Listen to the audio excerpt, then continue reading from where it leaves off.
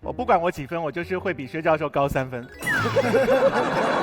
才3分，然后会比李诞低3分，我就处在他们两个中间。薛教授的那个情商大概是99，这样您是102是吧？对，薛教授心里面0到100给自己的情商打多少分啊？60加10吧。60加10，对，你是考我算术吗？还是为什么不能直接讲70啊？对呀、因为听了蔡老师的情商课以后，能补10分的。哦，这个后面这个补的就不止10分了，这个啊。哎，海陆觉得自己的情商多少分啊？我要知道我自个儿情商打多少分，我还能热搜吗？我热1呀，我当时是热1呀，我很骄傲的，我这辈子都没上过热1。我看了一下评论，真的是正反两方，大家一直在争论说他到底有没有情商，根本就不是分数的问题，是有没有的问题。那为什么呢？你做了什么？我哪儿知道啊？不是他们都是因为是你怼了黄晓明吗？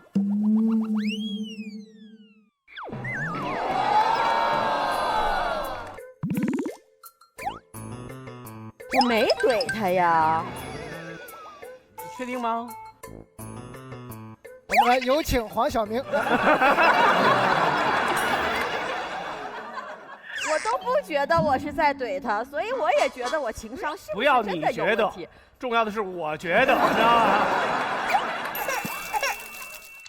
蛋总，你觉得你自己情商多高啊？你看看，你瞧瞧，我觉得我比康永哥高3分是吧？啊看看，我比康永哥高3分，那我大概比小明哥高个600多分吧。你们可以算一下，自己算一下。啊，那个蛋总，你给你身边的罗老师的情商打个分吧。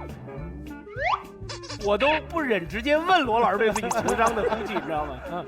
哎，就是这胖子吧，经常有一种烦恼。有一次我在办公室说，我说我腰疼，别人说你哪有腰啊？我的情商是跟这情况类似。来，咱们换个话题。等，我有一个问题，罗老师，你给你自己的幽默感打个分是吧？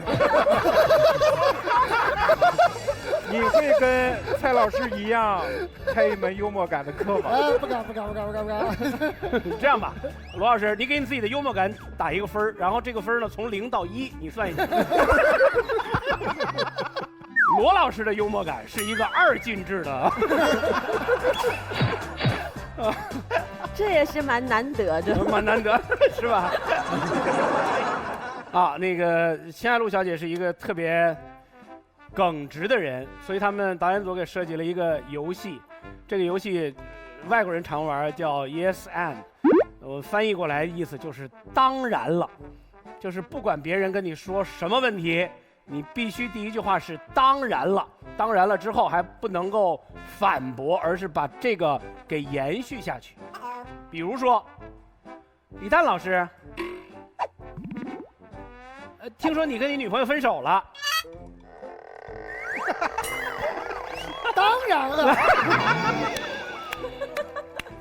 而且跟我，而且不止跟一个分手了，而且跟3、4个都分手了。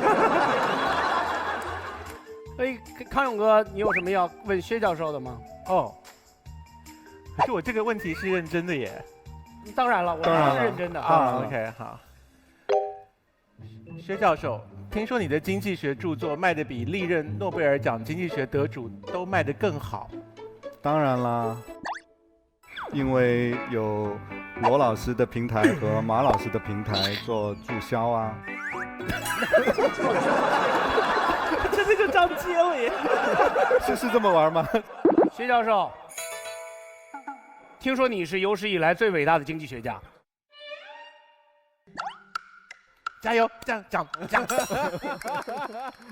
当然啦。好，不用解释。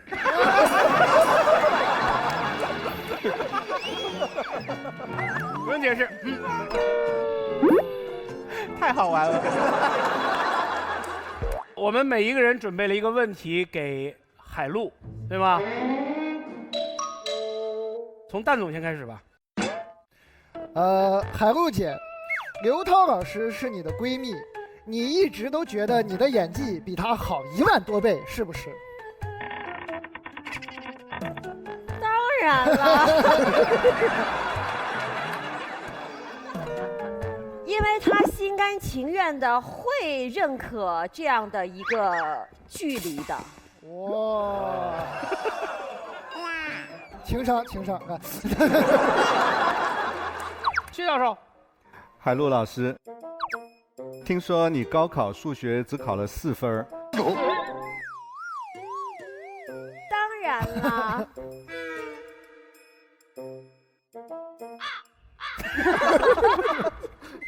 成绩不代表什么，看看今天的我，就说明努力是有结果的。真的考4分啊？是，我的运气很差的，就是哎，这件事儿跟运气没有关系，这是能力问题啊。这个运气肯定是差，4分也就蒙对了2道选择题。好，我觉得他们都问的一般。康永哥，海陆老师这种女王级的演技派的演员，当然要问有水准的问题才行。对，当然了。海陆老师，您还是问我点八卦吧。啊，真的吗？哦 no。婚姻生活愉快吗？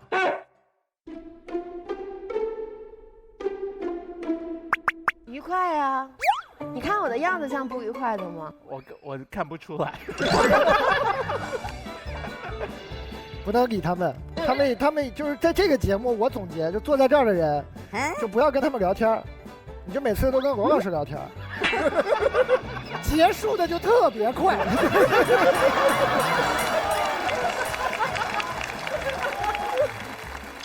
来，我们到了最关键隆重的时刻了，就是京东一下一时爽，一直京东一直爽。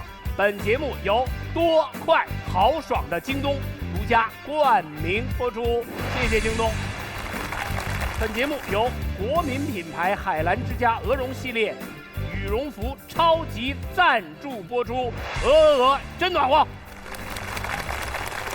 本节目由带你去全宇宙浪一浪的携程旅行超级赞助播出，跨越山海，携程安排。本节目由我单纯我敢说的江小白超级赞助播出。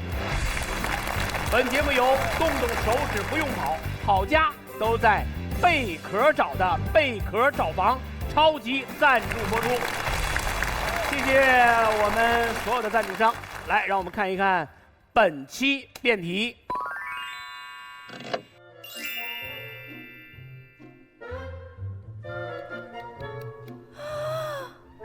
哦，我太难了，刚发的工资怎么又没钱了？嘟嘟，加油啊，坚持住！嘟嘟啊，爹地又来啦！爸，你怎么来了？怎么买这么多东西啊？哎呦，京东买的多快豪爽，一直京东一直爽，一直京东一直。嘟嘟啊，你刚毕业工作忙，你不能天天吃外卖呀！哎呦，看得我真是。所以呢，来，把这个卡拿着，吃点好的，想吃什么就点点什么。爸，耶！不行，我这次吧不能再要了。你说你每个月来，不是给我买吃的，就是给我钱啊！再这样下去，别人要说我啃老了。谁？啊？谁说我女儿啃老？我撕烂你的嘴！是不是你？是你吗？是你！我告诉你，父母赚钱给孩子用，天经地义，有什么问题？不是你的吗？从小教育我吗？说要独立自主，尤其是女孩子，凡事呢要靠自己，不能靠别人，尤其不能靠男人。哎呦，爸爸算什么男人呢？主要是吧，我现在已经工作了，也自己赚钱了，我就不想靠家里了。我要做一个新时代独立自主的女性。独立？你靠什么独立？再说了，谁年轻的时候没有啃过老呢？爸爸年轻的时候最喜欢做的事情就是啃爸爸的爸爸，你的李诞爷爷。你的李诞爷爷曾经在草原上有牛、有羊、有矿，爸爸就是靠啃你的李诞爷爷才有了自己的草原。来，拿着爸爸的卡，爸爸不差钱啊！刚毕业啃老不丢人，拿着。哎呀，不行，我觉得这样下去我会产生依赖的，而且如果不遇到挫折的话，我就没法成长，那我永远都只是个宝宝呀。哎呀，你就永远是爸爸的宝宝呀！求求你，依赖爸爸好不好？哎，你什么都别说了，爸爸不要你觉得，爸爸要爸爸觉得。今天我把这个卡我就放在这里了，我告诉你，里面有好多钱，而且呢，没有密码的哦，没有。哎呦，谁给我来电话？哎呦，我草原上的牛给我打电话了啊！我先走了，我的牛需要我，好吧？记得花钱啊！哎，爸爸走了。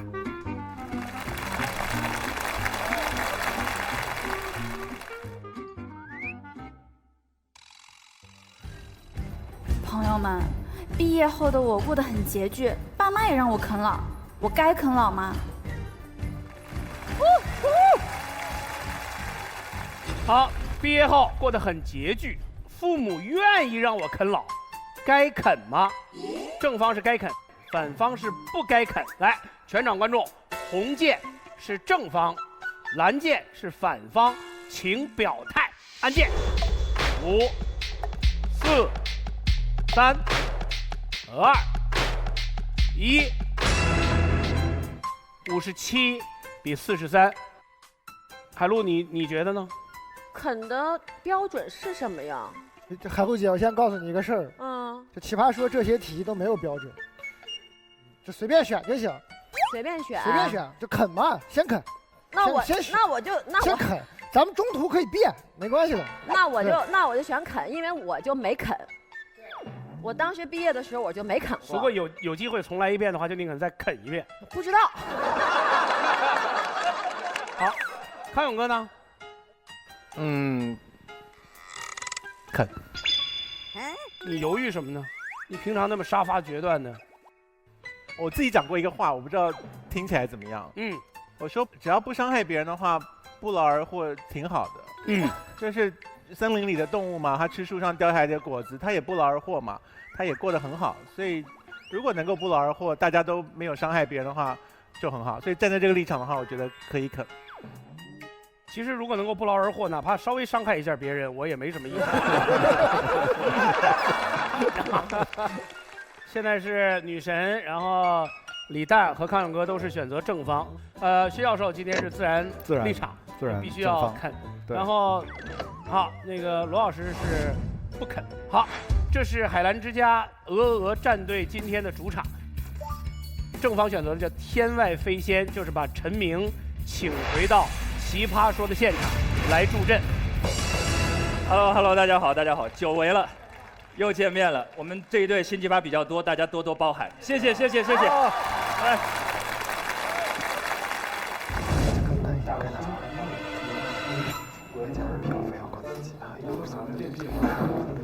非要去当王爷，而是向李伟操心来梦想。来了！哇，真的来我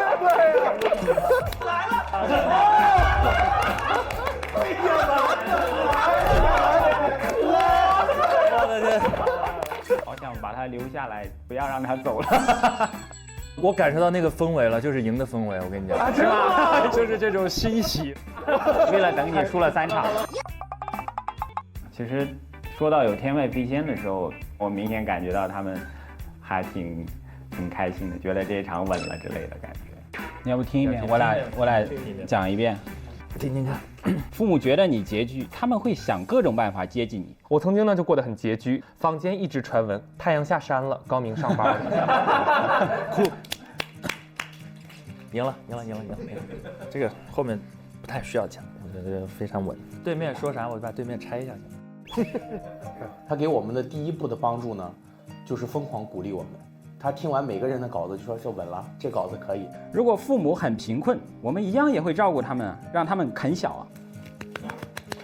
我准备的时候有点担心之前的赛况会不会影响他们这一次备战的程度，但是到了现场发现一片火热，看大家所有的稿子反复的推敲打磨，我看到的是热火朝天的战斗景象，这个时候我就知道，大家的士气没有受到丝毫的影响。我觉得这次一定会触底反弹了，也该胜了。我相信到这个赛段，置之死地而后生，我们不会再输下去了。海澜之家战队，加油！好，我们来进入辩论模式。正方一辩是谁啊？好，是程璐。计时开始。父母愿意让你啃老，你还不愿意了，你也太不听话了，太不懂事了。小的时候不听话，不好好学习；长大了不听话，不好好啃老。如果你小的时候听话，好好学习，至于要现在父母帮你吗？所以现在啃老是弥补当年伤害父母的唯一出路。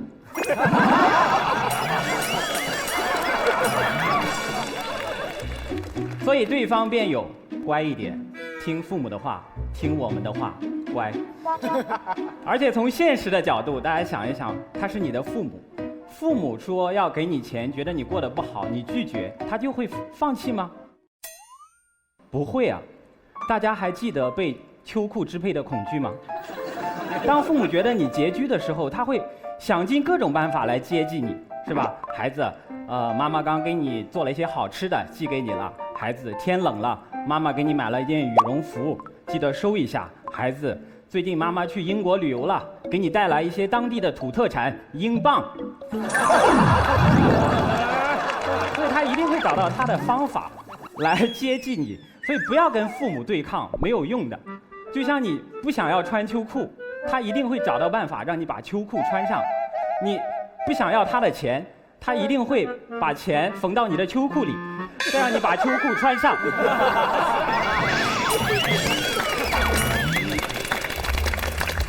所以不要做这些无谓的抵抗。当然，大家听到“啃老”这个词，肯定会天生的觉得有一些排斥。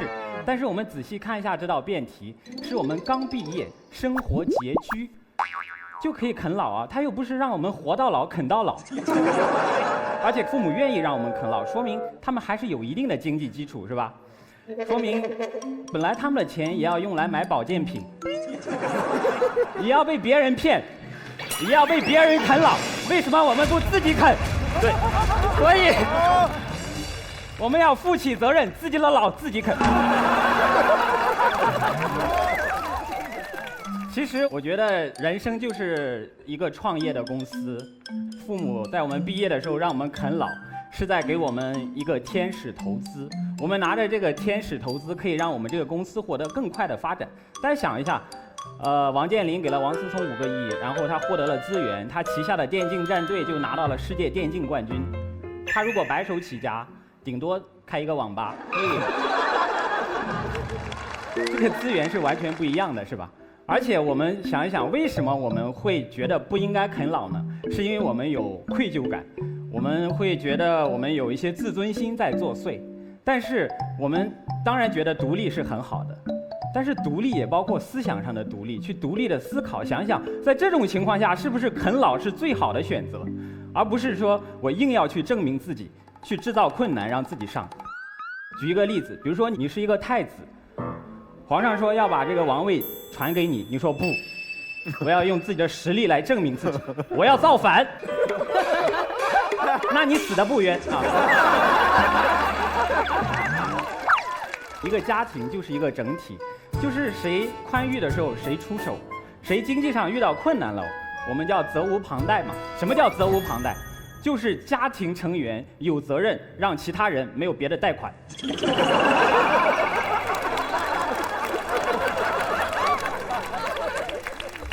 很简单的道理嘛，是吧？而且你想一下，我们的父母如果他们将来生活过得拮据，我们要不要帮他们？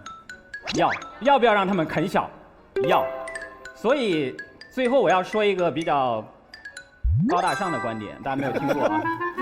最后我想说一点，其实从生物学的角度啊，越高等的动物，其实它独立的时间越晚。大家想一下，如果你是一条鱼，可能把你当成卵子排下来，你就可以独立生活了。如果你是牛羊，然后你可能哺乳几天，你就可以独立了。但是人类要经过父母长期的养育、长期的啃老，才能够让我们步入社会。为什么？因为只有这样，我们人类的文明才能够传承，我们的人类的经验才可以得到积累。牛和羊没有必要去积累这些东西，它们时间变长，只会让自己的肉变老。其实，啃老是高等动物的表现，是社会进步的标志。所以，当你毕业的时候，你在考虑我要不要啃老，你问一下自己，我是一个高等动物吗？哦，是的，那也就顺应时代的潮流，勇敢的啃老吧。好，谢谢大家。厉害厉害，六，真棒！邓洛给我们留下了金句：自己的老自己啃。哎，李诞，我很怀疑程璐就是会被辩论赛给带跑。咱好好的一个脱口秀编剧，怎么到最后居然最后那个观点说成什么从进化的角度看？这对于一个脱口秀的编剧来说，是不是个灾难？还行，我觉得他讲的到最后还是用一个牛羊那个地方把它收住了啊！万一要是没有那个包袱的话，整个历史就有点尴尬。来，反方一辩。啃老其实是件苦差事，相信在座各位都挺拮据啊。如果各位的爸妈跟你们说，回家吧，我们养你，不用交房租了，3餐也不用凑满减了，你们回吗？回啊，反正我是不回。为什么呢？听我说啊，比起跟朋友合租的痛苦，每天晚上10点钟，我妈就准时叫我睡觉更痛苦。比起凑满减痛苦，我觉得点个宵夜还要备注，千万不要按门铃更痛苦。大家发现没有？你们只看到了拮据的那种窘迫，但没发现独立的快乐。我大学的时候，学校距离家只有5公里。那时候那几年，我第一怕点名，第二怕周末，因为到了周末我就得回家，回家等于每天都要点名。我爸那时候最喜欢每天早上9点钟冲进我的房间，你今天有什么事做啊？没什么，没事做就找点事做啊。太阳都不晒一下会得癌的。又或者是，今天有什么事做啊？今天约了几个朋友，每天出去玩很有钱啊，喝那些奶茶会得癌的。所以你们明白没有？啃老，啃老会让你失去作为一个独立人做选择的快乐。你以为你不用还吗？你得用听话来还。花了爸妈钱之后的人生就爸妈来安排。轻则考个公务员，重则相亲生小孩。我建议你真的倒不如直接还钱。但既然要还钱，干嘛不找朋友借呢？而且爸妈愿意让你啃老啊，他是真的不知道你胃口有多好。扪心自问，我们每个人如果都是赚多少过什么生活，压根就不用考虑啃老的事情。绝大多数年轻人的拮据都是过得不够精致的拮据。爸妈以为给我们的是生活费，结果我们转头就去找代购排队啊。男生 Supreme、AJ、Off-White， 女生 NARS、MAC， 我只知道这2个啊。自己赚自己花绝对没问题，但如果这些买鞋钱是爸妈硬着头皮挤出来，以为是给你支撑生活的，他们肯给你，你还真有脸要啊。我们再看一下题目啊，什么叫毕业后过得很拮据？我们想象一下我们非常拮据的画面啊，是跟朋友们挤在合租房，吃个泡面还得犹豫加不加火腿肠，蹭网得去咖啡馆，出门全靠2腿晃，过得实在有点羞于启齿。那我想问一下你们去丽江穷游的时候为什么不这么觉得啊？住青年旅社那叫合居吗？那叫志同道合。吃挂面那叫寡淡吗？那叫风土人情。出门全靠走那叫苦吗？那叫带着书本去旅行。每天还要发5条朋友圈感叹一下淡泊宁静的珍贵。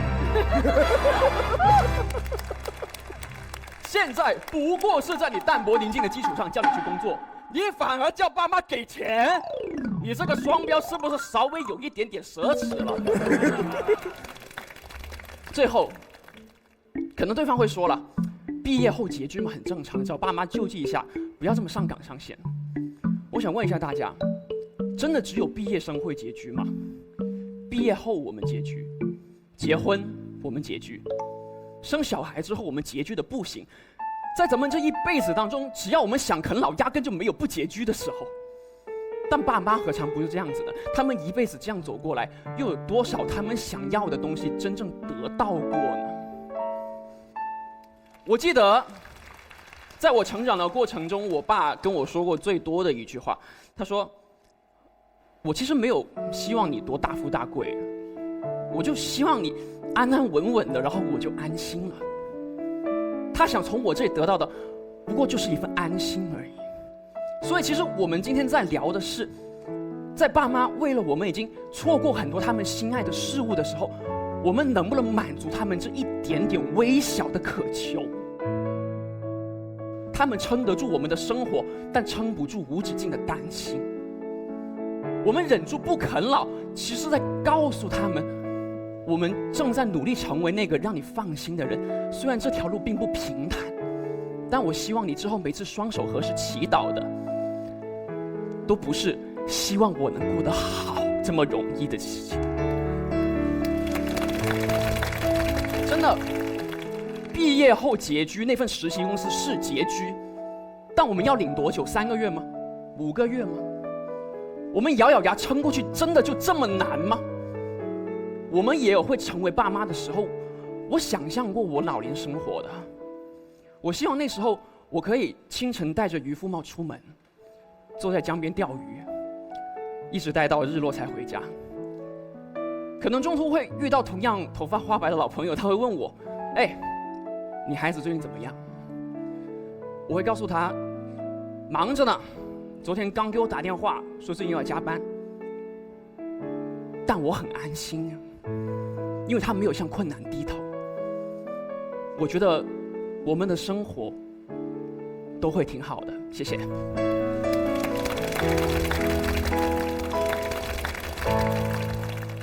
好，刚才正方一辩完了以后，那个分数是飘过来了，然后现在又飘回去了。目前是反方多4票跑票哈。来吧，开杠时间到，加油，加油！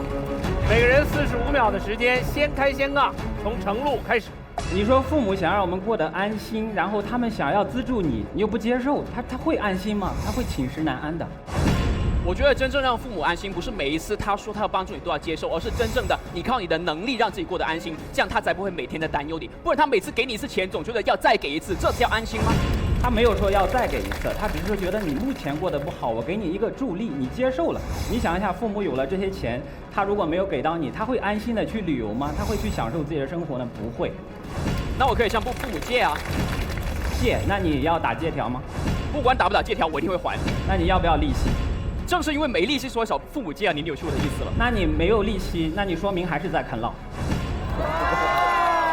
没有利息肯还，为什么是啃老？啃老是花爸妈钱，但是不还。因为你也赚了父母的便宜，本来你向别的地方借是有利息的，你现在没有利息，就是在啃老。厉害！但你难道不会从其他的方面来回报他吗？啊 ，sorry， 刚才我太精彩了。反方时间到，正方2秒，1秒，谢谢，我真棒。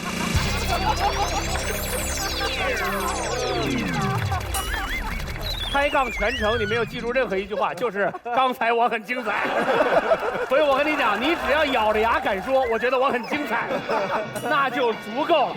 因为我要的是我觉得，而不是你觉得。厉害！啊，到我们要给正方和反方来做一次投票，开始投票，5、4、3、2、1，正方30票胜出，来，程璐老师，加杠。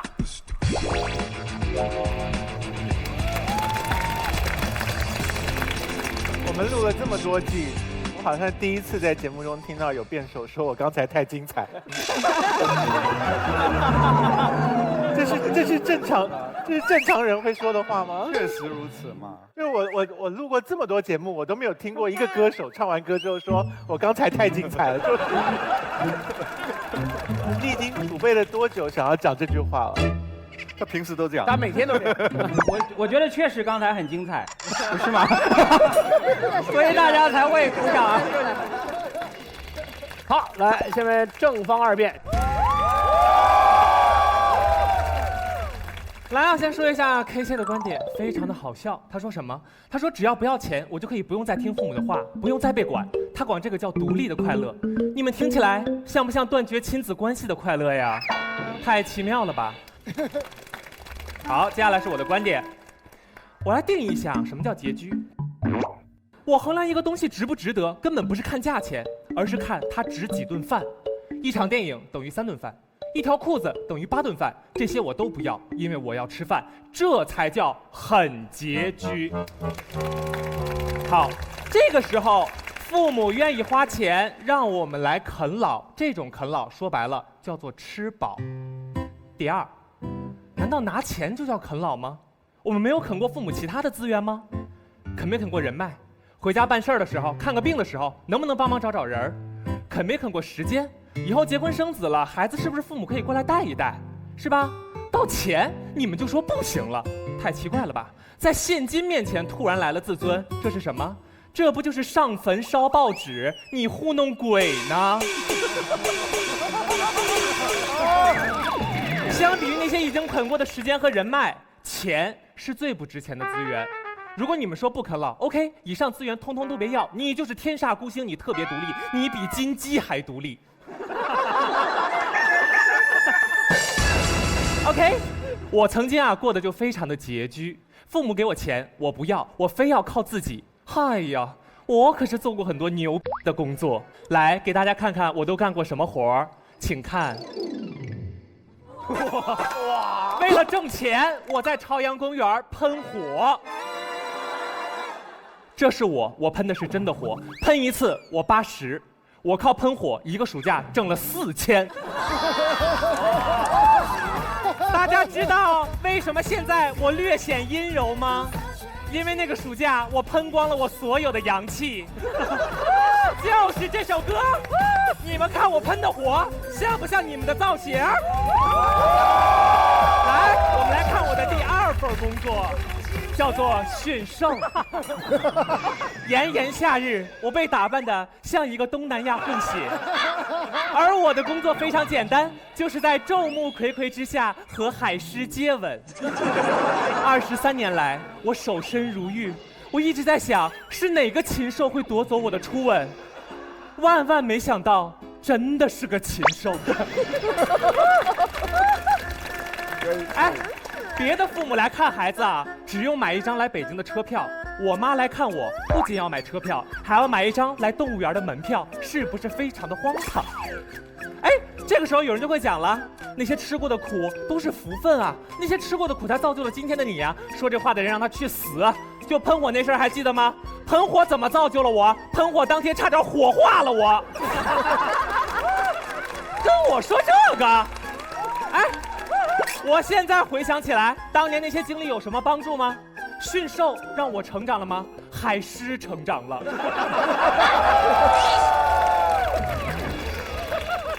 更难过的是什么事情啊？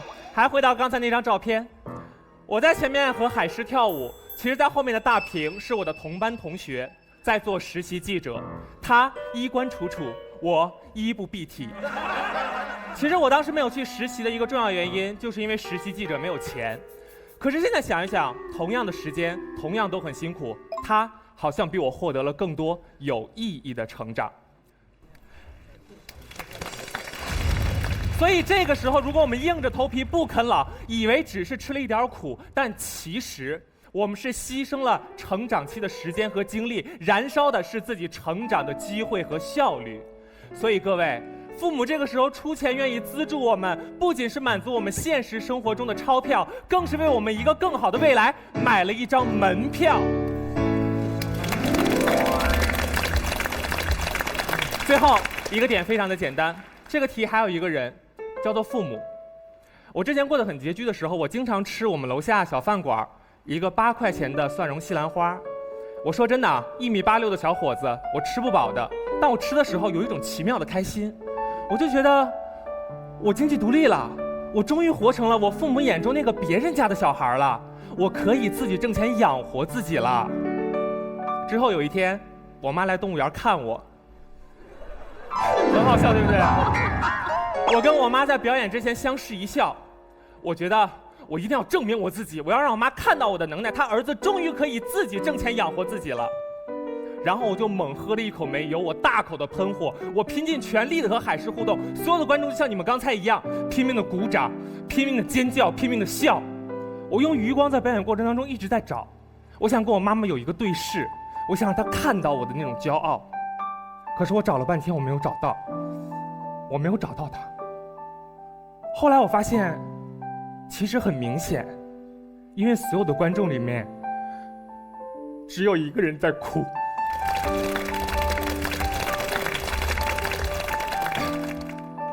我第二天收到了2条短信，一条是4000块钱的转账，另外一条是我妈的消息，很简单，别舍不得吃，今天妈请你吃好的，以后你再请回来就行了。这道题最难过的地方就在于，父母知道了我们过得很拮据，不是吗？当我们不要这份钱，我们成就的好像是所谓的自尊；当我们收下这份钱，消解的是他们为人父母的那颗心痛。所以，如果给我再来一次的机会，我会在当下立刻回一条短信：好的，妈妈，看来今天晚上除了蒜蓉西兰花，我可以再点一盘红烧肉了，谢谢。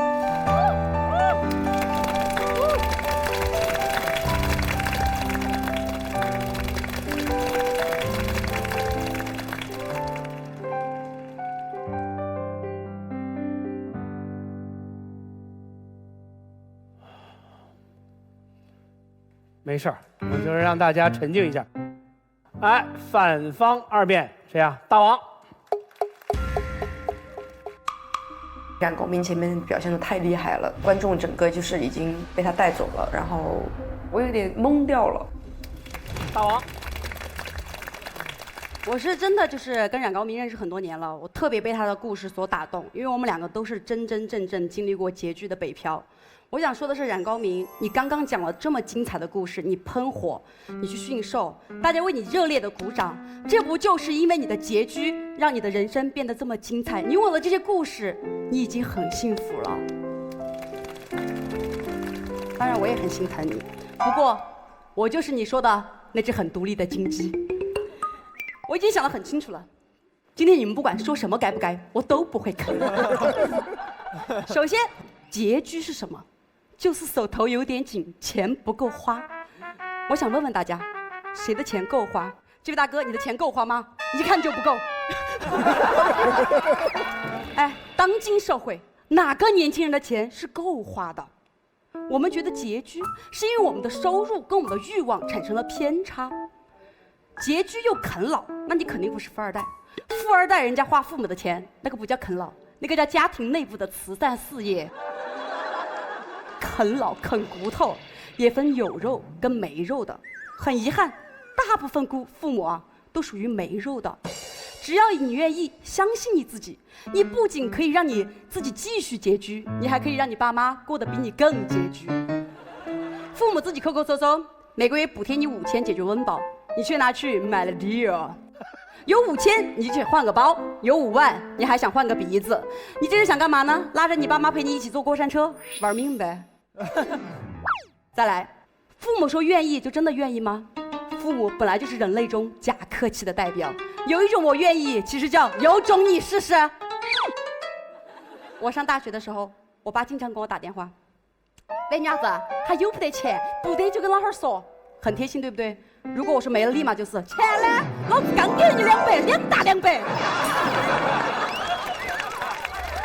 父母就是跟你客气客气，没想到你这么不客气。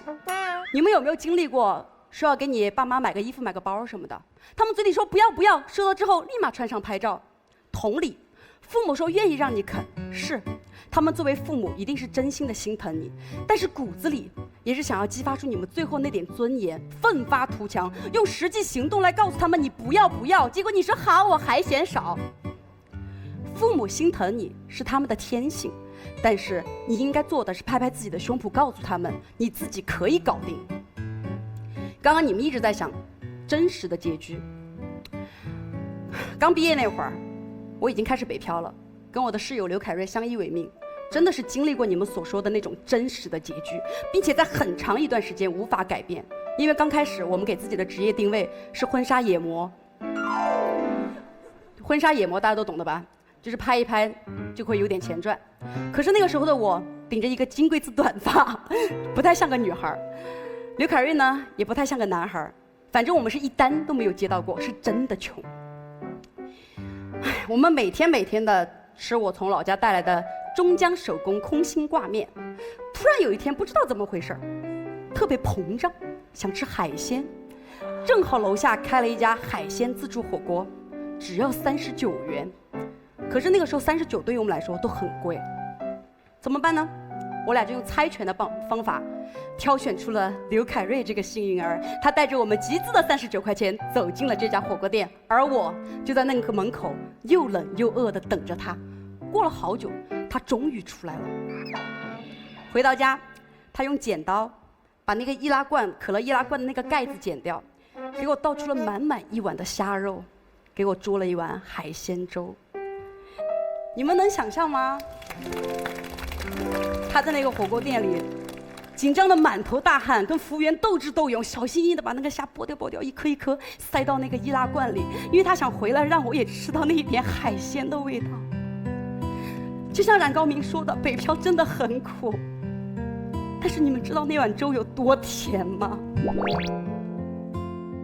当然我们也知道我们这样的行为是不对的，没过多久那家店就倒闭了。我现在回忆起来，其实在那段青春时光，我虽然过得很拮据，但是很快乐。如果我当时选择了向家里伸手，我现在回忆起来，可能内心就是满满的自责。我们没有伸手，而是在拮据的绝境逼迫自己去寻找解决的办法，去赚钱啊，朋友们！有手有脚的人，你哪那么容易被饿死？你可以喷火，你可以驯兽，你不是活下来的吗？你有没有想过，你的爸妈可能过得比你更难呢？我摆过地摊，卖过化妆品，当过经纪人，去回龙观卖过房子，唱过酒吧，卖过啤酒，吃过大蒜，演过蜘蛛精。我做过很多的工作，因为我真的差一点快要被饿死。如果你真的快要被饿死，有什么工作值得被你嫌弃？如果你还有梦想，你做什么工作会被人看不起？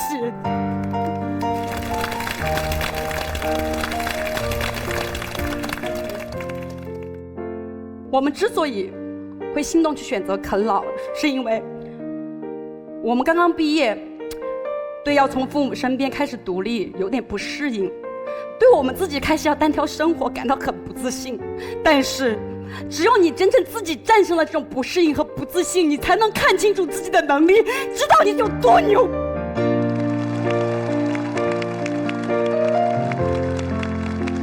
相信你自己，年轻人，你真的可以。谢谢大家。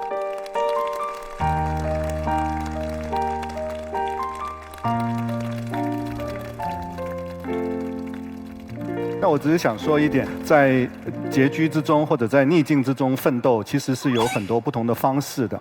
我自己回忆，我当年去美国留学读书的时候，刚开始我不知道有没有奖学金，所以我说如果没有奖学金的话，我也可以去挣钱。这时候我的一位好朋友也是一位老留学生他就跟我说，他说千万不要去洗碗，你借钱都要借钱去读书，因为呢，你一旦开始洗碗加读书这样的生活呢，就会恶性循环，因为你洗碗以后，你的体力是不足以支持你再去念书的，这样你会永远都念不完。你应该把努力放在读书上面，好好读书。所以我只是想说，大家都会说拮据的时候自己独立是很好的一个事情，但是奋斗有很多不同的办法，其中有一些是更有效，对你的人力资本的积累更有用的。谢谢。可以，导师就直接下场了，是吧？对，我觉得人有时候有一些行为吧是说不清楚，关键就是用字儿。你比如说这个啃，请大家注意什么是啃。啃首先不是吃，对吧？啃是没啥肉才叫啃，只有凤爪才存在啃，所以一定是父母眼不富裕。所以我就不懂对方为什么会振振有词捍卫这个肯字。但凡换一个字儿，我觉得咱们都还有的变。肯呢？你们哪来的勇气？我就这个也是肯嘛。对啊，鸡腿啊，挺多肉的吧？那最后骨头还是要扔的嘛。他们俩讨论的核心现在是鸡的哪一个部位，到底可以用来比喻这道题？已经变到很细微的。但是刚才不是也有人说你独立的跟金鸡一样的？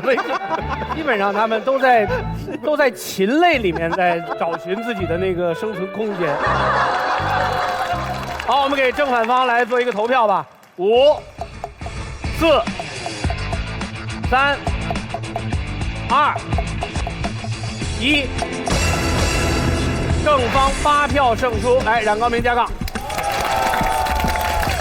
女神刚才觉得这一对儿里面，你更会被谁打动？我其实跟他们2个人的经历差不多。我是觉得说，其实惨就是那个是你自己认为的惨吧。因为其实可能未见得别人知道你经历了什么，而是你自己有一天会觉得说，哎呦，我当时回过头来看，我当时真棒。我觉得它是一个个人认知的问题。当然，这个东西它会是一个很励志，会让你一直推着你往前走。对的，因为你知道你经历过什么，你就知道说我还能经历什么。对，哇，情商超级高。哎呀，你怎么看自己的故事？你看它是正的，它就是正的；你看它是负的，它就是负的。所以我是被打动。我听高明的那个吐火的那个故事，我一听就对他肃然起敬。那个教授，因为那个喷火是人为的，吐火是龙才会。来，双方3辩，正方陈明。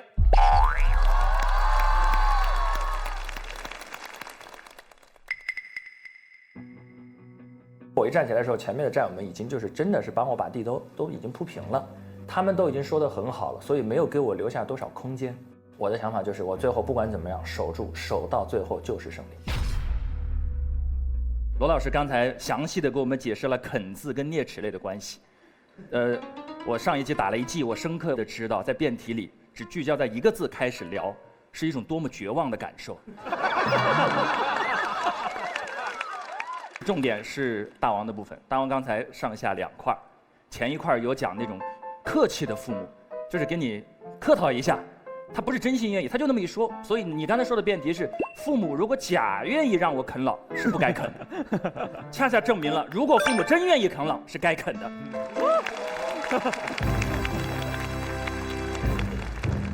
第2件事情是真正的主战场，困难塑造了今天精彩的我们。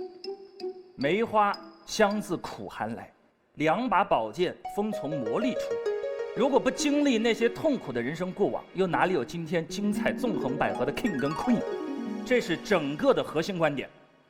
其实困难这件事，它发生在过去，我们怎么回头去看？像冉高明，他喷火，我们客观讲，有没有塑造他今天自如的台风、勇气，跟大家面对、跟观众沟通？当然是跟他带来好处的了。当他选择了喷火是有好处的，可是人生不是这么比的。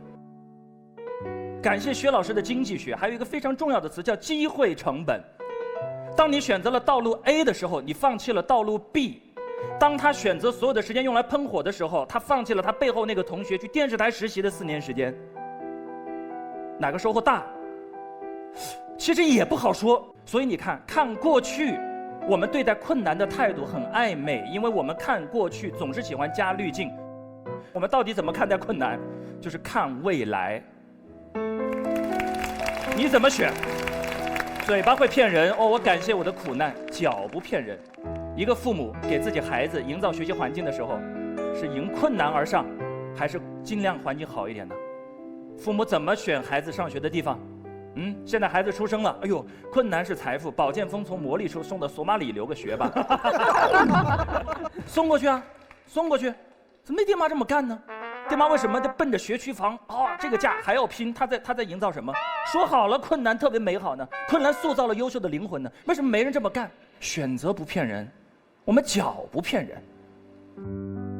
大王，我知道那些过往，但是回头的眼神不够精准，自我合理化自己所有的行为是人的日常惯性。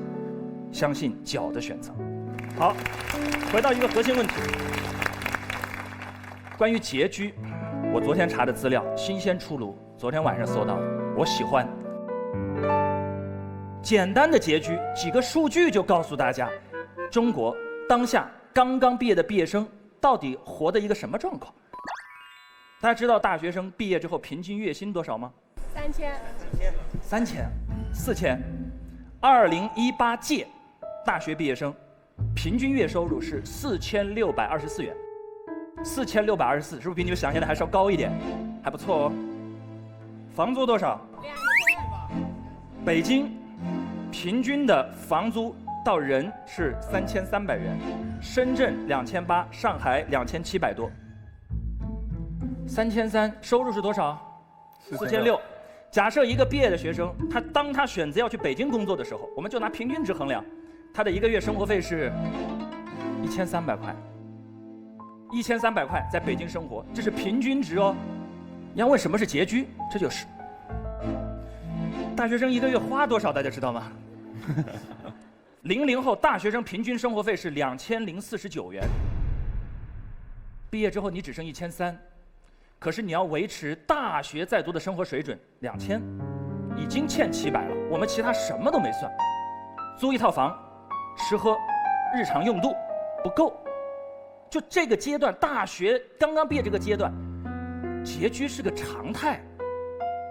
因为它非常正常，你的人脉资源、你的能力、所有的社会经验，你虽然从大学毕业了，可是社会大学你是个新生，你在起点，你在最低点，你一切都在最低点。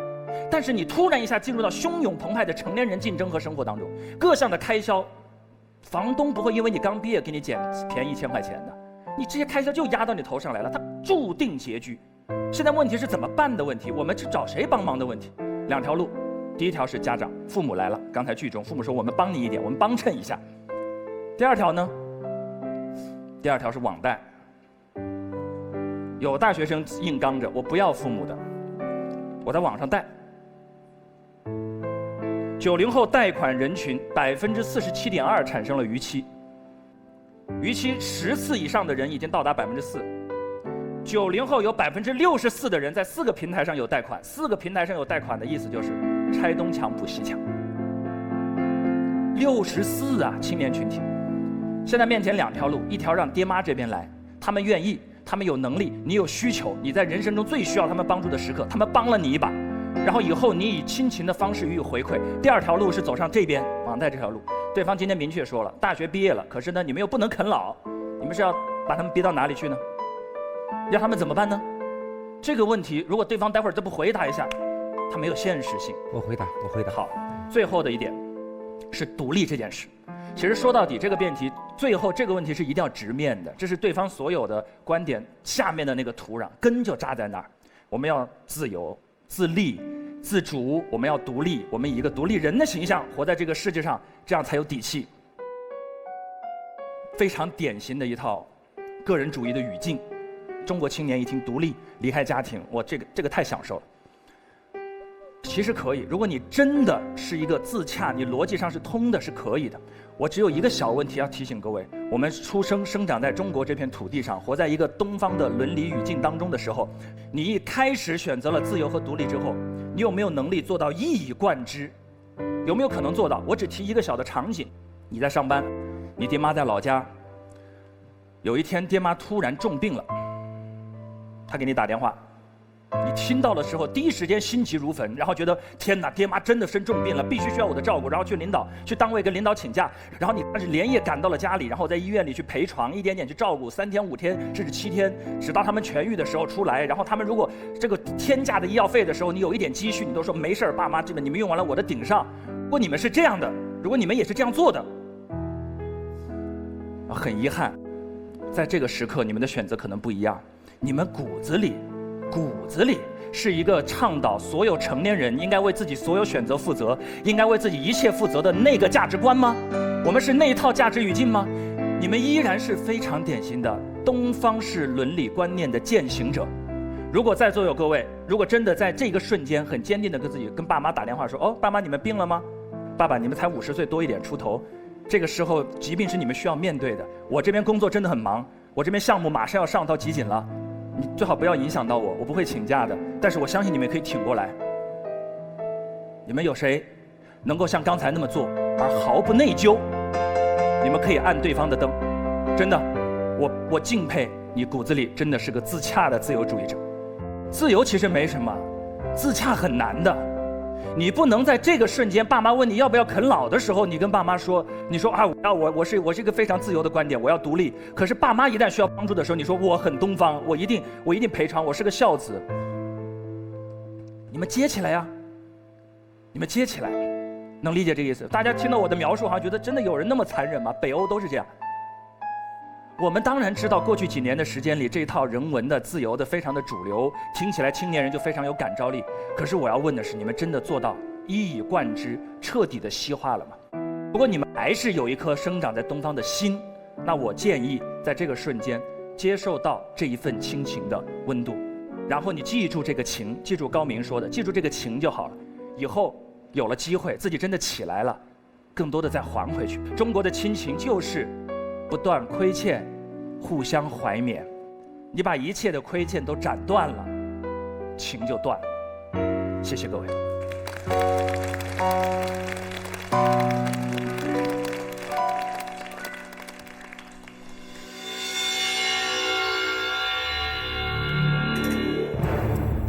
哦，他反而掉了票呀！掉2票，掉2票啊！嗯，来，反方3遍。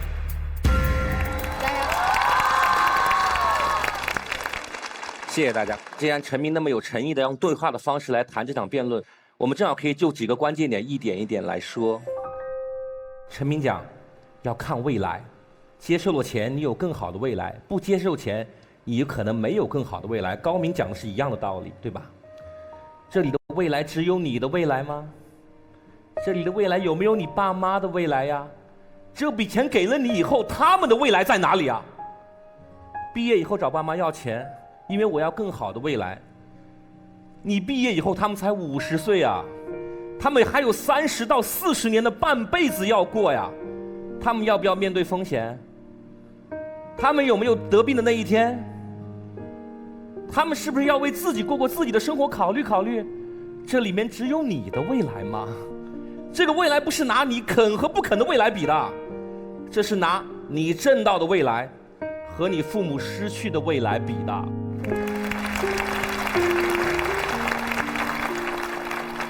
陈明讲的第2点，真的讲得好，父母给孩子最好的教育。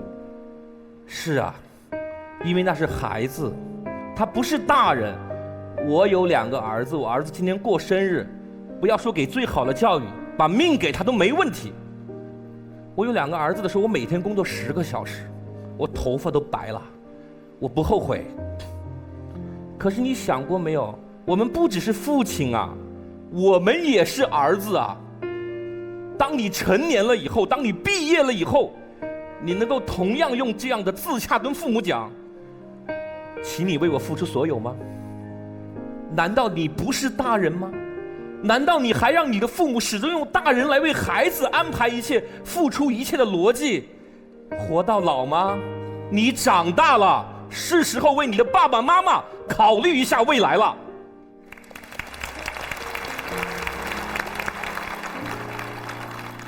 今天这个题在定义上纠缠，我觉得毫无意义。这一定是个选择题，大家明白吗？肯了对孩子好，不肯对父母好。如果我们中间讲各种到底肯呐、有钱呐、没钱呐，没意义。如果没有这个两难，这个辩题不会出现在我们面前的，大家明白吗？它不可能出现。所以这一定是，要不然我忍受结局，要不然为了解救我的结局，让我的爸妈陷入结局。这不就是我们普通人的正常生活吗？你爸妈一辈子能攒多少钱？买房的都知道，那一下把他们啃光了。高明讲，你的结局你爸妈妈最伤心，我跟你有一样的经历，你知道吗？我在北漂的第1年，我在人大500块钱住了张床，我1个月跟陈明讲那样，比你说的还少，我1个月挣1200，每天晚上8点钟之前不下班，为了蹭那顿免费的晚饭。哎呀，不是煽情，真的是。后来我哥们来考公务员，我把床让给他，我跟他吹牛，我说晚上我有个饭局，哥们有饭局，你睡我的床。我买了一瓶10块钱的二锅头，沿着北京的3环走了1晚上，面子不能塌呀。这个事后来被我妈知道了，因为我喝多了。我说妈太难了，我妈说拿钱去，拿钱去。这是我不容易吧？我应该肯吧？可你知不知道，我跟我弟弟2个读书，都快毕业了。我爸我妈每天算的是什么账？大儿子要多少钱，二儿子要多少钱？他们俩在大学工作，最后在研究生宿舍楼里住了5年，没有买房子。长春的房子很便宜，不买。一到过年的时候，楼都黑了，就我们一家人吃年夜饭，不买。后来我想，老人嘛，也许就是抠嘛，习惯了，拿他没办法，也很无奈。那年过年，门口在放烟花，烟花灿烂，我觉得特别凄凉。门口的别墅的哥们儿，烟花一下把我们家玻璃冲烂了。我妈赶紧去收拾啊，气氛不对啊，大家知道吗？她一面收拾一面背对着我说：“没事没事，岁岁平安，岁岁平安啊。”这个玻璃是反光的，我看到我妈妈在流泪啊。那个时候，一瞬间，所有的理由都不成立啊！你只有一句话在问你：其实我们可以让他们过得更好一些的。其实我们真的可以让他们过得更好一些的。今天中国的家庭关系里充满了沉重，充满了扭曲，充满了悲情和牺牲。陈明告诉我，你只有2条路，要不然你去借网贷，要不然啃你爸妈。你们想过没有，买房那一下，父母不就空了吗？所以每次这边讲说你拿了父母的钱没问题的，陈露啊，你的那些举的家庭都太优越了。大多数家庭拿了以后就出现巨大的问题了。如果今天大多数家庭拿了钱没有问题，根本就没有今天的辩题呀。大家想过没有？那么在陈明给我们开的2条路上，没路了吗？一条是绝望，一条是悲痛。不对的，还有一条路啊，各位，还有一条路啊。年轻人需要的社会资源，廉租房、青年公寓，他需要的是技能培训、创业的支持。我们要呼唤的是这一块，而不是找你的父母去理直气壮的要钱。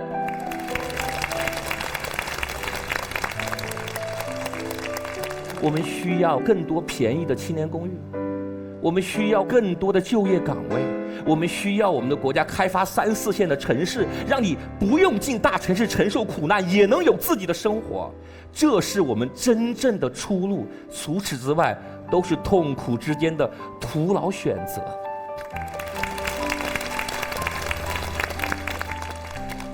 今天其实最打动我的不是陈明，是高明，因为我们俩都参加过《奇葩说》第4季，记不记得我们聊得很开心？我被淘汰了，你也被淘汰了。可是高明，你知不知道？你光想到了，妈妈看到了，我可以帮你，你没帮我，好难过，对吧？高明还有很多的父母是另外一种情况，他帮不了他的孩子，他愿意，但他帮不了。你有想过这样的父母吗？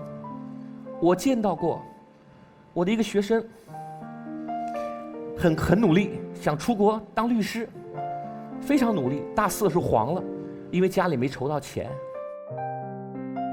他的父亲来接他回家，我请他们父女俩在一个小酒馆吃饭。他的爸爸是小镇上的一个老师，一辈子本本分分、体体面面、受人尊重。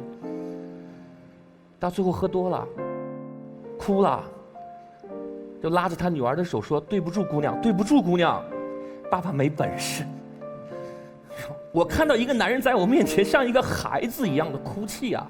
我一直在想，我们老在说这道题要怎么选择，我想的是，为什么我们要选择？我们今天讨论这个辩题的真正意义是让我们不要选择，不要面对这个选择题。谢谢大家，谢谢。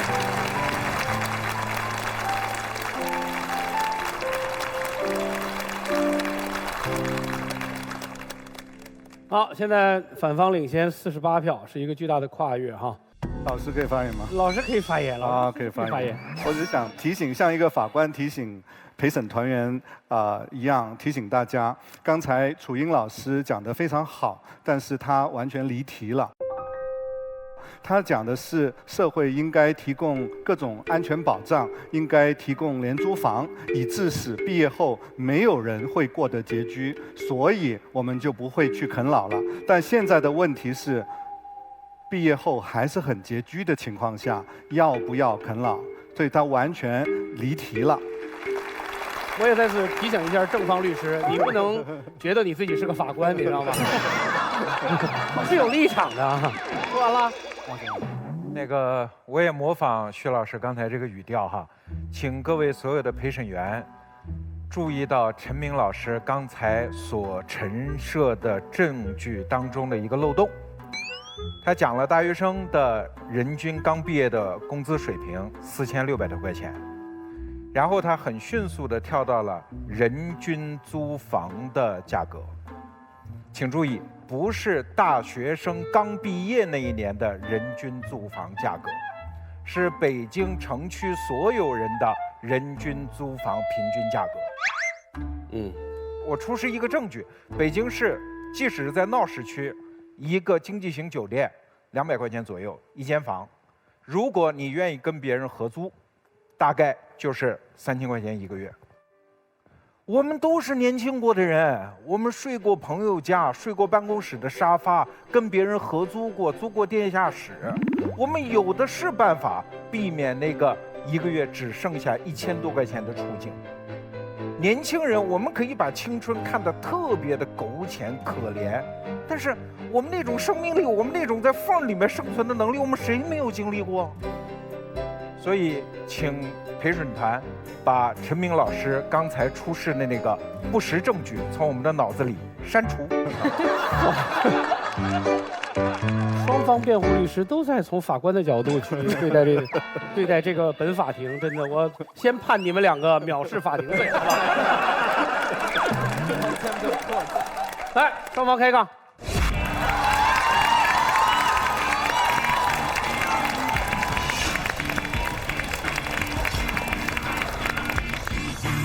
楚老师，您承不承认刚才您其实认为这个辩题就不应该出现？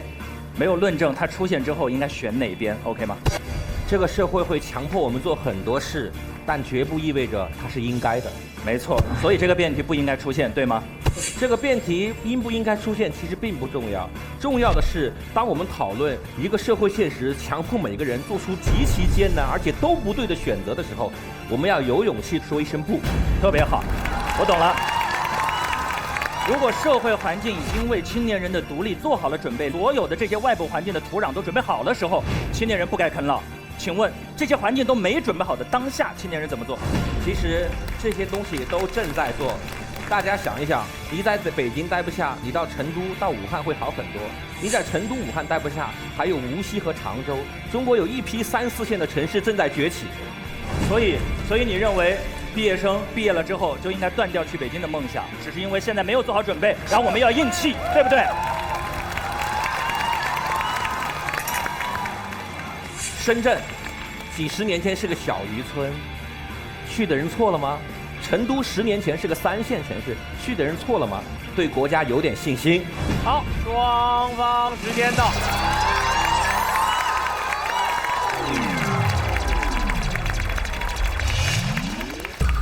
来，我们给双方3辩做一次投票，5、4、3、2、1。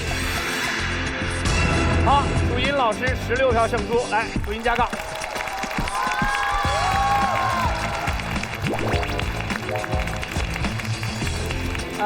2排还有什么要补充的吗？来，林月。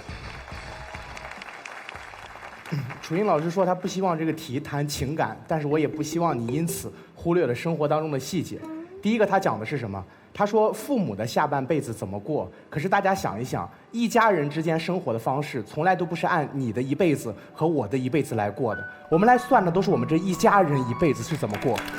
他说，在这一刻你要了父母的钱，父母的下半辈子怎么办？我告诉你，他下半辈子有我呀，我拿到了他的钱，我成长了，我真正赚到了钱，下半辈子由我来养，这是第一个问题。第二个问题，对方很在意一件事情叫尊严，可是我觉得尊严这件事情最怕的就是他不聪明。你说我为什么一定要逼着自己去过那样一个日子？我本来可以住一个比较宽敞的环境，我可以不用去火锅店打工，我可以学完英语，学完自己要学的经济学知识，然后去拥有一边体面的工作。我既然可以这样，我为什么要选择那个悲愤的工作？我觉得最有尊严的方式，不是跟父母说这笔钱我不要，而是跟我爸爸说，爸，这笔钱我拿了，混出个人样来给你看。谢谢。反方2排有吗？如晶。这打得这么悲情啊！我来开玩笑吧。先不开玩笑啊，我先回答一下林月说的。他说父母前半辈子他照顾你，后半辈子你照顾他，这数学好像算得很对哦。但是谁说我们的时间是同步的？没有人能保证父母跟孩子的时间是同步的。很有可能你挣到钱了，你准备好的时候，他们已经不在了。所以我们在这里说的是，结局这个情况没有办法改变。今天的2条路是让父母结局，还是让孩子结局？我觉得还是让孩子先结局吧。毕竟你是刚毕业嘛，对吧？你毕业，你壮年，你这时候不吃泡面，你让你的父母吃泡面，你怎么过得去呢？这道题一直说的是父母自愿，但是他没有说父母自愿干什么了。他是父母自愿结局，是父母自愿喷火，父母自愿洗碗。如果这些是父母自愿干的是这些来换取让你不结局，换取让你有学习成本的时候，你还会觉得你现在过得好是机会成本吗？不会的，这是第一点。第二点是一个简单的论点，我觉得可以解决这个结局的情况了。我觉得这道题不是打给父母看，也不是打给毕业后的人看的，是打给还在读书的人看的。你在大学的时候，你必须知道你毕业后房租很贵，你必须知道你毕业后可能会结局，你必须知道你毕业后你结局，你父母依然是结局。所以在大学的时候不要太安逸，在大学的时候要做好准备。大学的宿舍很便宜，这时候要攒之后的房租。如果这样想的话，大学已经准备好了，毕业后就不会必然结局，开开心心更好。谢谢。双方结辩，楚音老师开始。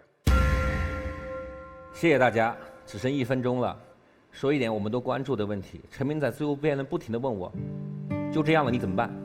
就这样了你怎么办？就这样你怎么办？是啊，求生的本能啊。这就好像有人问你，当你落进水里的时候，只有一个救生圈，你是要自己活，还是要旁边的人活？提出这种问题是强盗逻辑。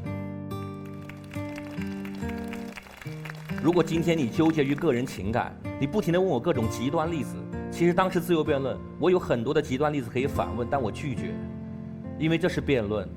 我认为这个辩题，我们需要真诚地面对的是，我们是不是要从每代人为下一代人牺牲的生存逻辑当中走出来，变成让每代人都有机会、有责任的去追寻自己的幸福。我回答你陈明最后一个问题，那不叫独立，那叫让我的父母拥有自己人生的责任感。谢谢大家。来，正方陈明结辩。我的心理压力大到令人发指。最核心的原因是他们2个都打太好，80多比10几给到我的手上。最后的环节是我的部分，然后打完了之后我输了。你说我对得起薛老师吗？听到这儿算听明白了。楚老师先把辩题当中父母愿意让我很老后面加了个括号，如果孩子们肯了，父母就会很拮据，作为了一个前置。辩题没有这个前置，先加上了，然后再告诉我们这是个两难，因为今天要么你拮据，要么他拮据。最后他说，所以不要选，把辩题抽掉，不要让这种情况出现。over。而且你的发言是在我们3位都发完言之后才出现的。楚老师刚才自己也说了，我们坐的这张椅子是有责任的，我们要捍卫自己的持方，这是奇葩说6集录以来我们每个人在做的事情。我捍卫的是正方，我原以为你要捍卫反方，然后你预设了一个前提之后告诉我这个题目本来就不应该出现。我承认后面你所说的所有社会呼吁的部分都非常正确，而且我完全赞同，但是我唯一想要提醒各位注意的是，你唯一只有一件事情没有做到，就是你承担了很多父亲的儿子的很好的责任，但是没有承担蓝色椅子的责任。反方是需要论证的，勇敢面对，而不是跳出来说不要这个选项。谢谢。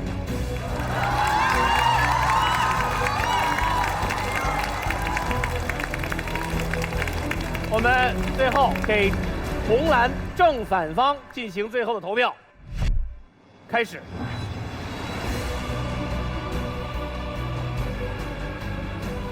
我们队伍现在这个情况就是不能有人再继续走。4，真的不能输，3，真的不能再输了。2，1。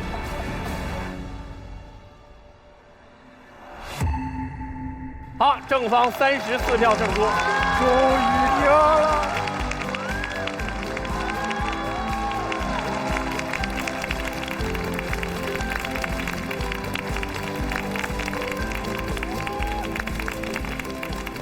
谢谢你帮我把衣服脱了，脱衣服，谢谢。谢谢特别棒。现在到了本场高潮，薛兆丰老师脱衣时间。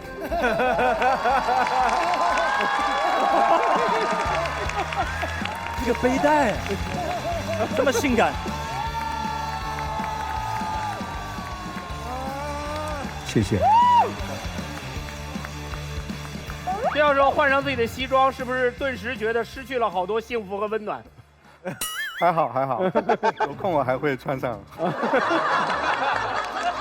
这个今天啊，其实是正方很关键的一场比赛，因为你们是来看一场哈，但是我介绍一下正方这一路走来之艰辛坎坷，筚路蓝缕啊。这是第一场赢吗？第一场。这是奇葩说到现在为止，海蓝之家鹅战队第一场胜出，而且我觉得更值得被激励的是这场胜出，他们主场优势请了天外飞仙，但是他们的1、2遍全部胜出，恰恰是陈明击败给反方，但是陈明的出现给整个正方是一个定海神针，就是我们放松打，反正后面有一个天外飞仙。那咱们再往下走，就要拜托各位了。今天在我看来，其实薛教授不是脱下战袍，是今天开始正式穿上战袍。然后我们期待着海蓝之家鹅战队在后面靠自己走得更远。爽，真的太爽了，真的太爽了！就是这一刻，就是赢的那一刻，就是爽，我终于赢了，就觉得这么多天没怎么睡觉，终于值得了。你在场上看到程璐老师和高明的那个劲儿，就真的很想把观众的票拉回来。我觉得在心情上的作用很大，就是来了一个大神保护大家。这是他们整个团队士气起来的一个征兆，我其实挺为薛教授高兴的。在台上整个辩论的过程，我相信所有的队员，当然包括我，都非常清楚的一次一次的感受到，又讲到我们已经准备好的点，所以我们心里面是踏实的。女神可以把你自己手中的这一杠，也就是一个荣誉，加给你认为今天表现最佳的人，6个人里面随便选一个。哦，6个人里啊？就前排6个人里面。哦，这给我最精彩吧？对啊，你认为谁最精彩啊？给我最精彩吗？好不容易有一个。给正方一辩程璐。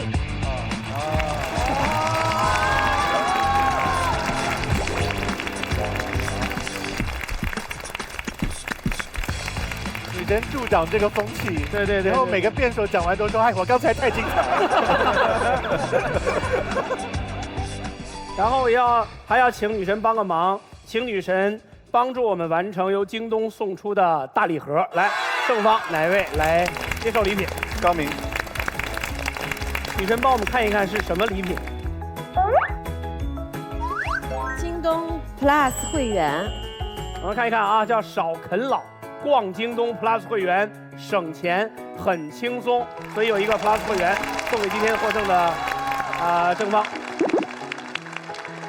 好，我们在最后这个时候，还是要请双方导师，还有没有下场看热闹的2位导师以及女神，做一个最后的陈词，来给我们今天的这个辩论做一个最后的句号哈。我们先从那2个没事的人开始说起吧，都可以，好吧？行，来，我觉得大家都很厉害啊，很厉害。这个把毕业聊了半天，父母聊了半天，结局聊了半天，我以为到这儿就算了，连啃都聊了。可以，你们都是太厉害了。行，那我觉得这个题呢也没剩多少东西了，我就聊一聊这个愿意。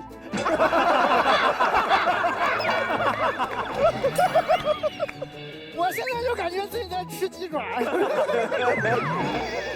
来聊一聊这个愿意啊，我觉得这个题，这个愿意很有意思。父母为什么愿意让我们啃老，或者说我们的观念为什么总跟我们的父母2代人之间吵来吵去？你不让他买那些乱七八糟的，他非要买；你想让他给他点钱，让他出去旅游，他就不去，他就省着。你反复的告诉他买个房子是用来住的，不是用来放破烂的，他就要放破烂。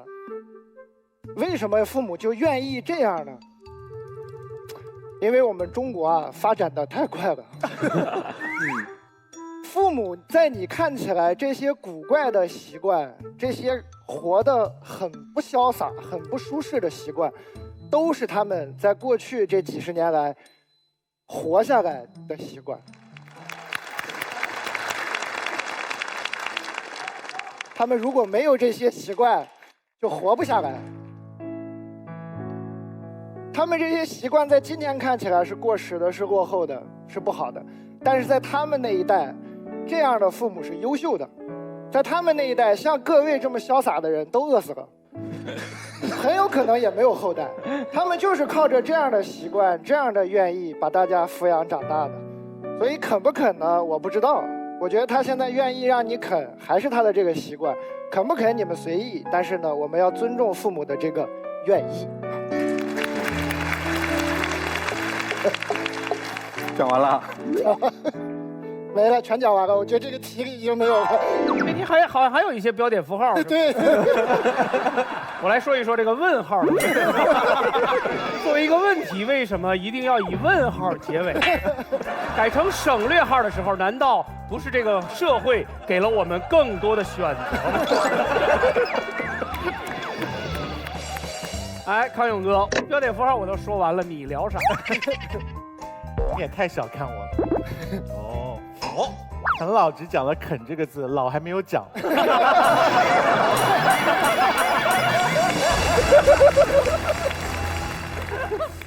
我当时听到双方辩友在讲老这个字的时候说，你想想，你们毕业的时候，你们爸爸妈妈都已经50岁了。我想说，全世界的标准50岁是哪里是老啊？就是青年。50岁的人就是一个活到了稍微有点明白的时候，知道自己该为人生做些什么决断。这是为什么我这一题选正方的原因，就是情商有个很重要的事情，就是你不要把人家只当成他的某一个社会角色来看待。你如果把教授只当成教授来看待，你就会认为他衣冠楚楚，你就不容许他有各种狼狈的，有各种七情六欲的时刻。不要把生活中每一个人看成他那个社会角色，因为你自己也不会喜欢这件事情的。你会喜欢爸妈跟你说你去学校就是该念书吗？学校有好多好玩的事情，可以交朋友，可以锻炼自己，可以摸索自己的兴趣。怎么会变成了你做任何事情，老师跟家长就说你们来学校是来读书的，不要搞这些有的没的东西。所以不要被社会角色给绑住，说爸爸妈妈就是爸爸妈妈，他们有他们想完成的事，他们有想要偷懒放松的时候，他们有想要不想要管教你的时候。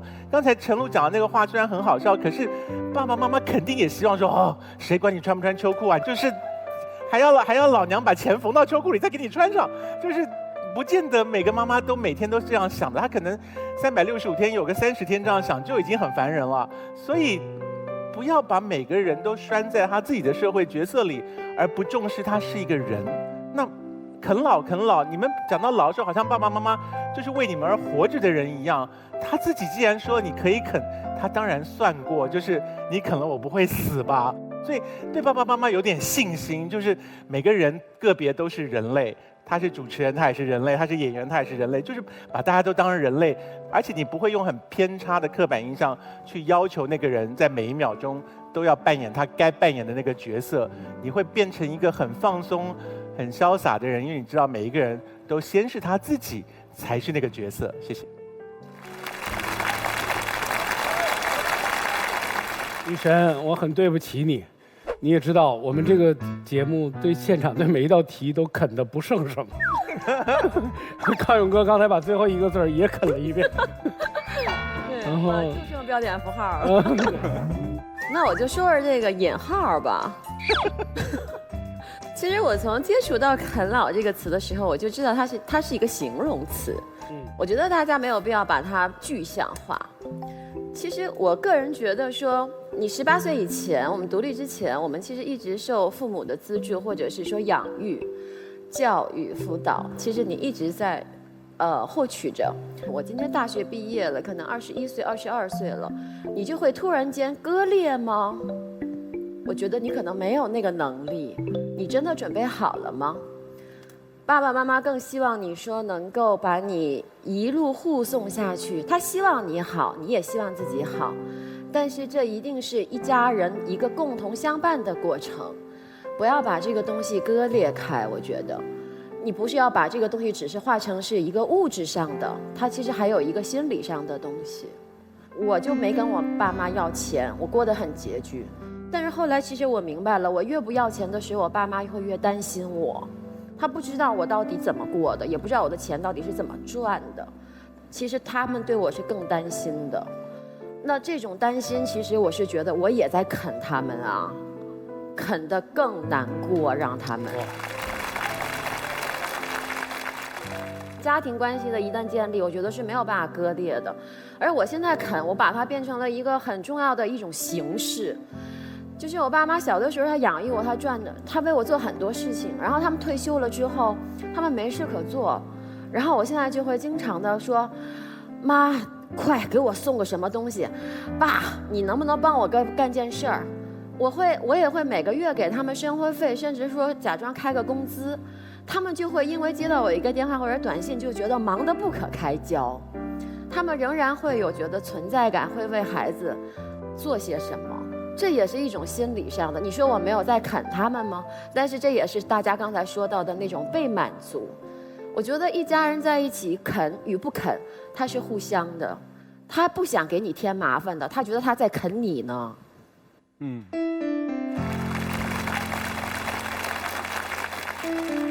你真正说需要的时候救急，我觉得父母一定会最无私的把所有东西全都给你，无论是精神的还是物质的。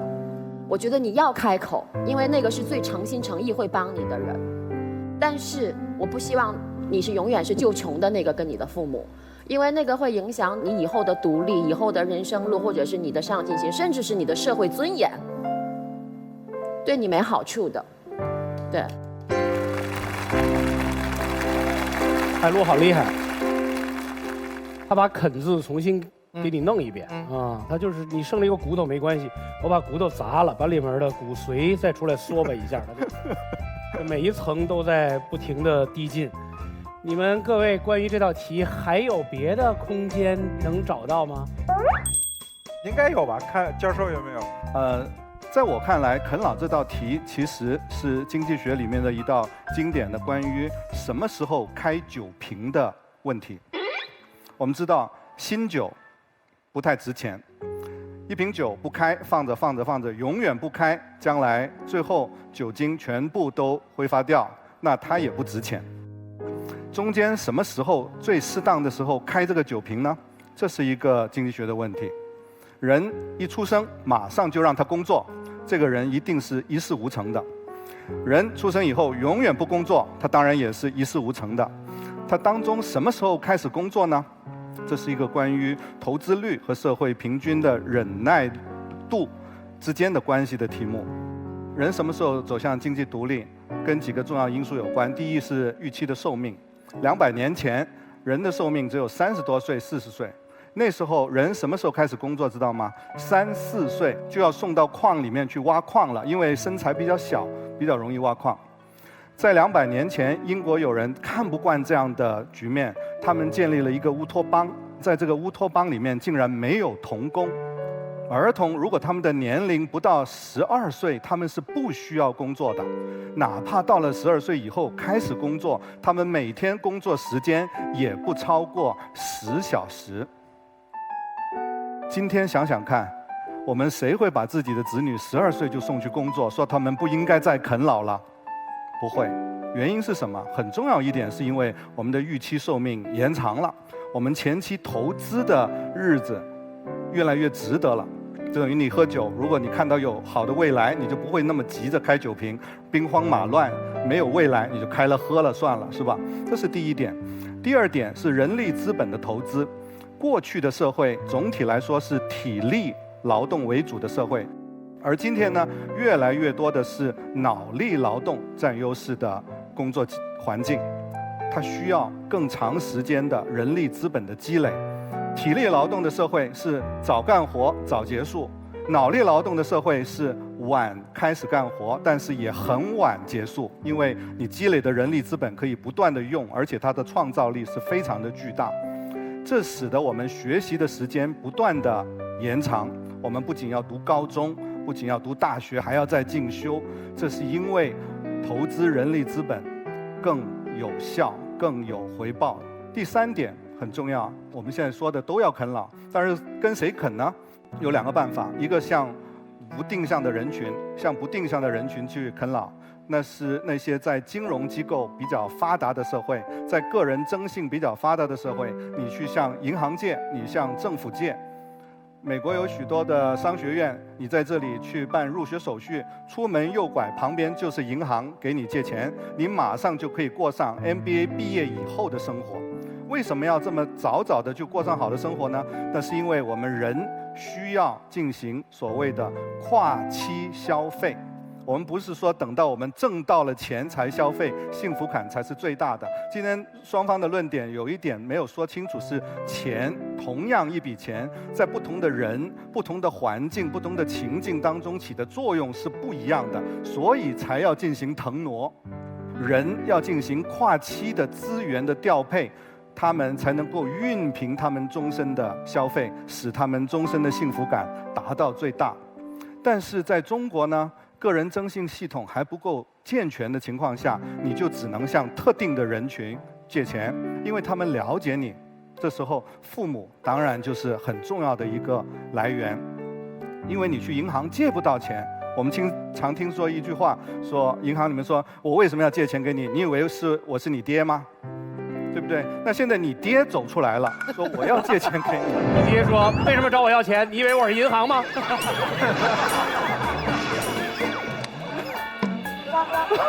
不要打断施老师，不要把我打断，不要打断施老师说话。所以毕业后过得很拮据，父母愿意让我啃老，我会接受啃老。谢谢大家。薛教授又重新定义了毕业。哟，耶呵，来，罗老师，来。这个题真的就单个字儿没法聊了哈，所以最后我只能把2字儿抽出来聊，就是可以和应该能不能够并存。就是这个社会有的时候有一些怪现象，就是我们否认他们是可以并存的。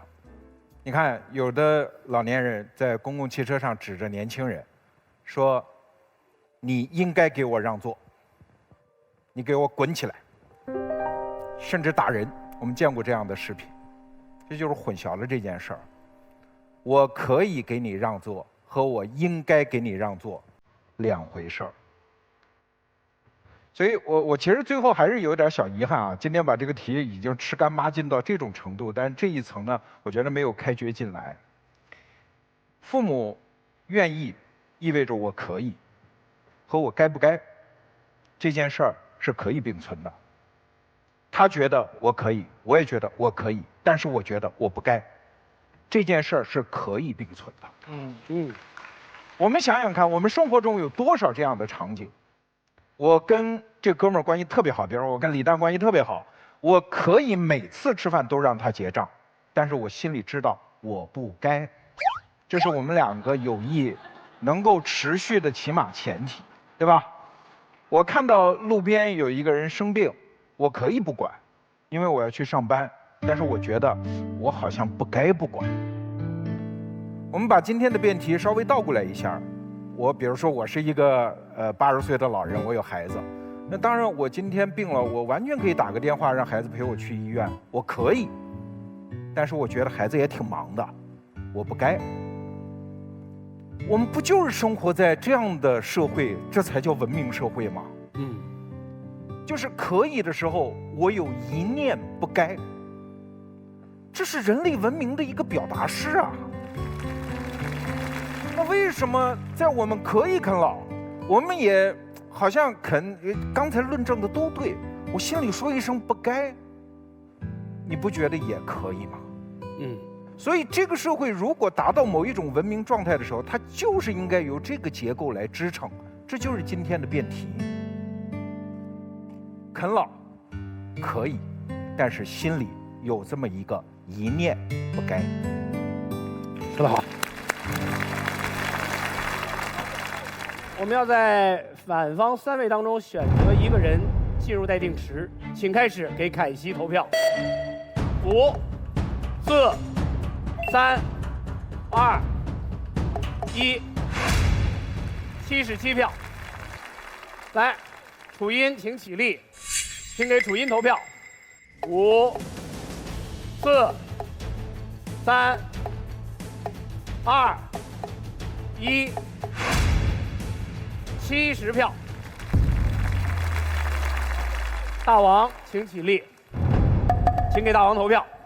5、4、3、2、1，大王40票。反方贝壳找房战队大王进入主场赛待定池，最终结果我们拭目以待。京东一下一时爽，一直京东一直爽。本节目由多快豪爽的京东独家冠名播出。感谢把视频放大100倍，看啥奇葩都不累的奇异果 TV 电视 APP。超多超快超好看，快乐要尽兴，就在爱奇艺 VIP 会员。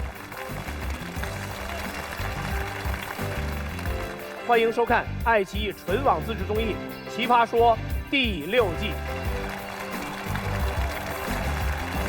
也谢谢我们全场所有的观众，谢谢你们来参加这一期的《奇葩说》，下期节目再见。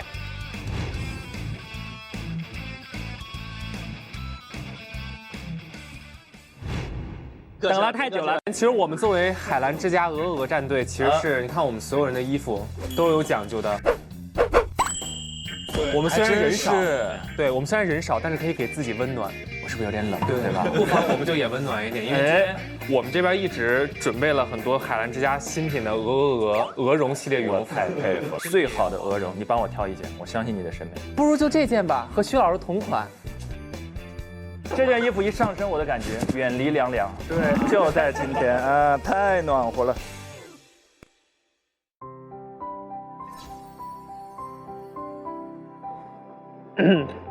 可以活泼一点的，你就放松一下。这好像对着一片黑在说话似的。看过，心疼。当天就是重磅打击，双重知道，原来在公园里边是喷火和驯兽。其实当时吧，心情挺复杂的，是很难受，也觉得挺自责的，对他的这个生活吧，了解的不是特别的多。其实要不是亲眼看见吧，也不知道他做这些。